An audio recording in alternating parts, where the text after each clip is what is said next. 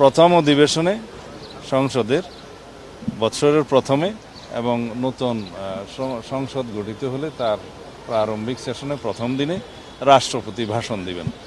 সেটা এখনো পর্যন্ত সংবিধানে বহাল আছে, প্রথা আছে, ট্র্যাডিশন আছে। সুতরাং সেই হিসাবেই হবে। কেউ যদি দাবি করে সেটা ভবিষ্যতে যদি সংবিধানে সংশোধন করে যে রাষ্ট্রপতি আর ভাষণ দিবেন না, সেটা তখন দেখা যাবে। আমরা জুলাই জাতীয় সনদের প্রতি সম্মান দেখি এবং জুলাই জাতীয় সনদে যে আমরা যেটা ঐক্যমতের ভিত্তিতে যেটা আমরা সমঝোতায় এসেছি রাজনৈতিক সমঝোতার দলিল হিসাবে, সেটার বাস্তবায়ন এখন থেকে শুরু করতে চাই। সেই জন্য আমরা আমাদের দলের পক্ষ থেকে